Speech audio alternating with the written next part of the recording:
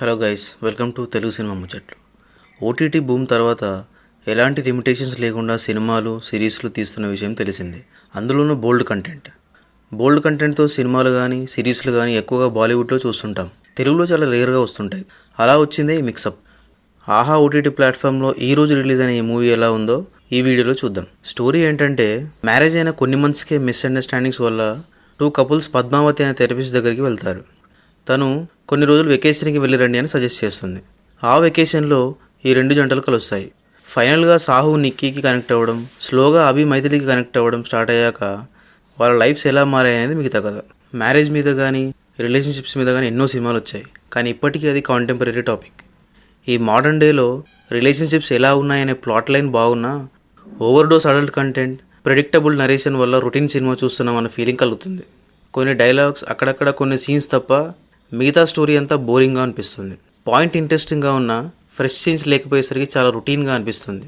Run time 1.5 hours అయినా ట్రైలర్నే గంటన్నర సాగదీసినట్టు అనిపిస్తుంది.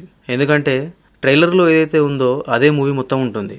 అయితే ఈ మిక్సప్ చూస్తున్నంతసేపు ఆహావాడేంటి ఇంత బోల్డ్ కంటెంట్తో వచ్చాడు, ఈ ఐడియా ఎలా వచ్చింది అనుకున్నా. కానీ తర్వాత తెలిసింది ఏంటంటే ఇది ఒరిజినల్ ఏం కాదు, బెంగాలీలో వచ్చిన మిస్ మ్యాచ్కి రీమేక్ అని. ఏదేమైనా ఈ mixup movie strictly for youth. యాక్చువల్గా స్టోరీ లైన్ బాగుంది, అయితే అడల్ట్ డోస్ తగ్గించి మంచి డ్రామా యాడ్ చేసుంటే ఫ్యామిలీ ఆడియన్స్ కూడా చూసేలాగా ఉండేది. మరి ఆహావాడు అడల్ట్ కంటెంట్తో వస్తే వ్యూయర్షిప్ పెరుగుతుంది అనుకున్నాడేమో.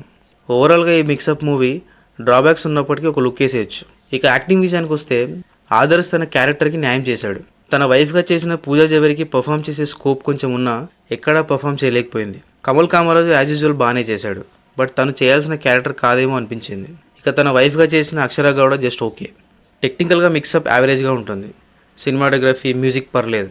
డెబ్యూటెంట్ డైరెక్టర్ ఆకాష్ బిక్కి మంచి కాంటెంపరీ పాయింట్నే తీసుకున్నాడు, బట్ ఎంగేజింగ్గా ప్రజెంట్ చేయలేకపోయాడు. అడల్ట్ డోస్ తగ్గించి ఇంకా మంచి రిలేటబుల్ సీన్స్ రాసుంటే బాగుండేది. ఓవరాల్గా మిక్సప్ రొటీన్ మూవీ ఎలా ఉన్నా ఇప్పటికే మన యూత్ ట్రైలర్ చూసుంటారు కాబట్టి మూవీ పక్కా చూస్తారు. So that's it guys. మీరు ఈ మూవీ చూశాక మీకేమనిపించిందో కమెంట్స్లో మెన్షన్ చేయండి. అండ్ ఈ వీడియోకి ఒక లైక్ కొట్టి మా ఛానల్కి సబ్స్క్రైబ్ చేసుకోవడం మాత్రం మర్చిపోకండి. Thank you for watching this video.